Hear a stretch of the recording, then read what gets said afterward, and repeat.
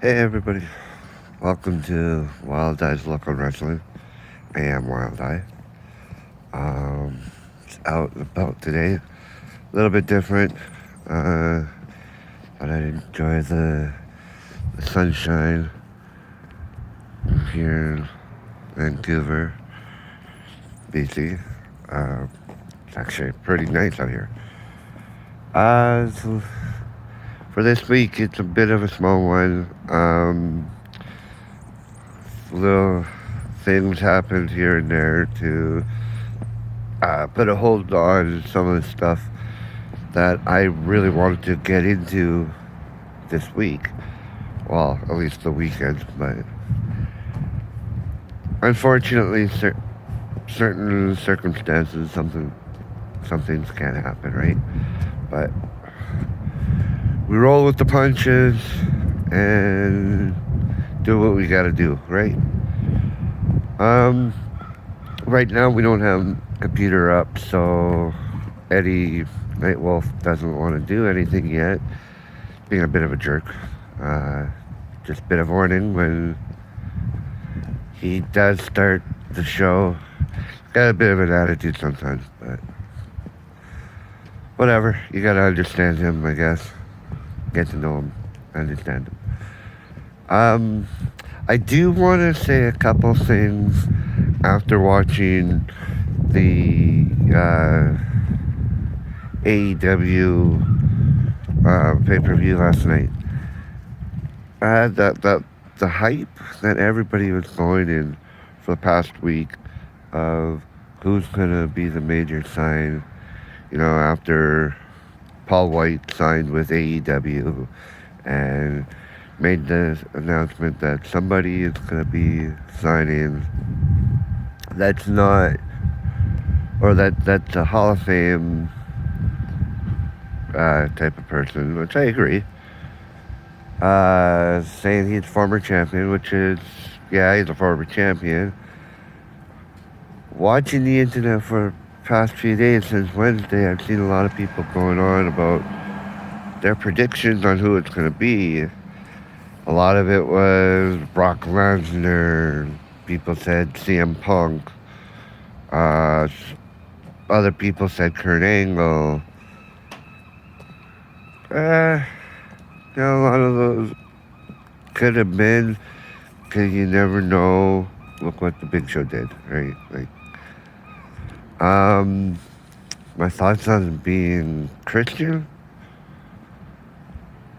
I don't think it's a good idea, to tell you the truth. First of all, my opinion on it is they are following what Impact did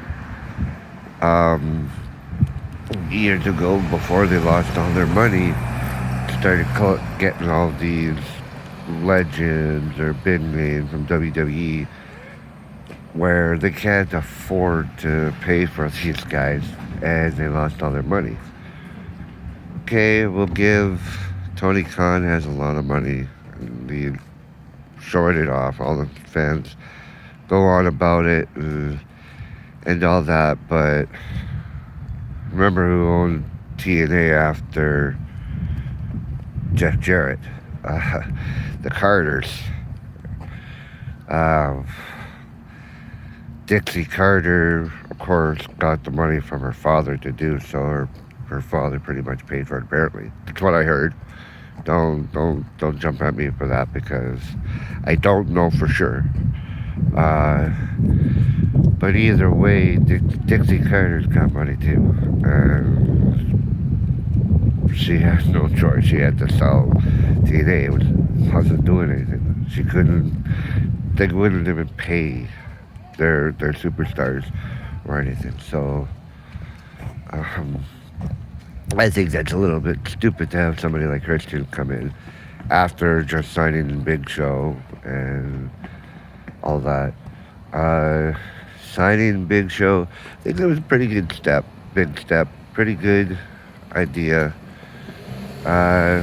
Do commentary, help out with the backstage. But wrestling, I don't know. I think he shouldn't be doing that anymore either. He's got the bad legs and Why do you have to be crippled? Retire, be happy. You're working for a company that's gonna show appreciation to you. With that, I can understand his thoughts on it, his reasoning for leaving WWE, considering the young guys don't want the legends anymore.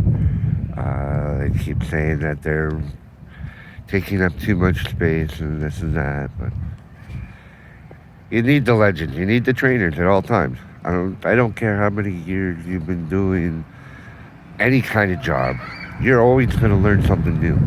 You should always take advice from those who have been there before you have. Because if it wasn't for them, you wouldn't be there. But again, that's my opinion, so can go with that or not. It's not facts. But, so yeah, this whole thing with Christian, another reason why I don't like it is because Christian's got issues with the concussion. He retired because he got hurt. And, like, you think about it, what really bites me is how everybody turns around and says, WWE, Vince McMahon doesn't take care of his superstars. Doesn't care if they're injured and doesn't help them out. And nobody seems to realize all these times that they send all their wrestlers to rehab if needed. Okay, Alicia Fox, for instance, she should have been fired in my eyes. She's still there under a legend contract. Maybe not a legend contract, but she's being treated like a legend. Where an actual icon, a legend, Arn Anderson, gets fired because he let this woman go out and wrestle drunk.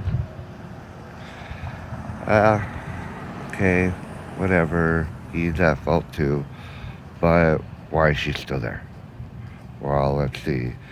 She got a second chance and a third chance, technically, because she was given an ultimatum either to go get help or you lose your job.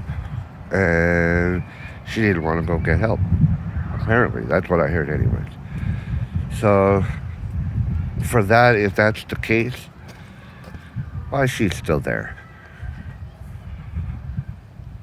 But whatever. It goes to show, wanting to help her out, put her through rehab and all that. Makes sense because, everybody's sitting there saying WWE doesn't care for their stars and blah, blah, blah. How can they worry about some of the stars when some of these superstars are leaving the company and putting the company down? Now, argue with me as much as you want.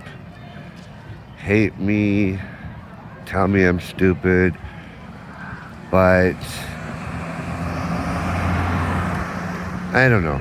I don't see AEW staying on top as much as it did right now. But again, that's my opinion.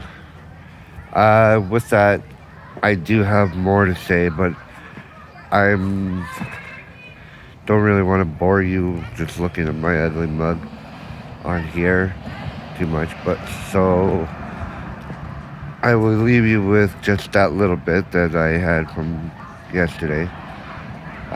Stay tuned for next week. Eddie is still not going to be on next week, but I do have a special guest host lined up. I thought this is pretty much going to be my first podcast, the first conversational show where I'm going to have somebody there with me to talk to me and they can give me their opinions, and I'll give them mine. And then, to me, that also helps get the audience to interact and everything.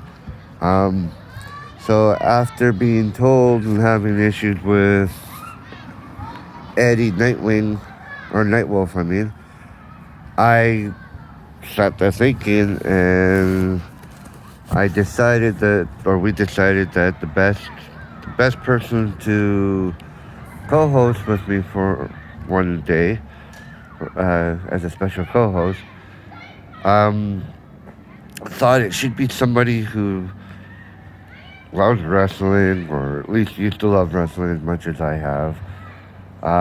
Grew up watching it. This guy, I have not missed a Royal Rumble. I have not missed WrestleMania with him. Um, and even though he's not into the wrestling as much as he used to be, he still takes a shine into it when I talk to him. I'm always talking to him about wrestling. All the time. Ever since I was a little kid. He's one of my brothers. He's he also went and saw shows with my grandparents, my parents, and stuff. So he's got some stories. So with that, I will leave you until next weekend, and hopefully the show will be much better. It'll be much more prepared. We have a new set that we have been setting up. Thanks to my mom for the idea and setting it up from us. So yeah. So next week there will be a lot more talk, a lot more about the past, considering my brother watched from the past. Both of our favorite era is Attitude. So there'll be a lot of talk about Attitude Era, and as well, I will do the first spotlight with him on the Legends as well. So, if you're still listening and this hasn't bored you too much, I want to say thank you. Also, a big thank you to all the people again. We have just got more people coming on, joining the group on Facebook, Wild Eyes Look on Wrestling. So again, if you're watching YouTube, you like it, hit like, subscribe, and I hope that we can interact soon, and I can't wait to hear all your comments and questions and all that. So until next time, always remember, I got you in the sight of my wild eye.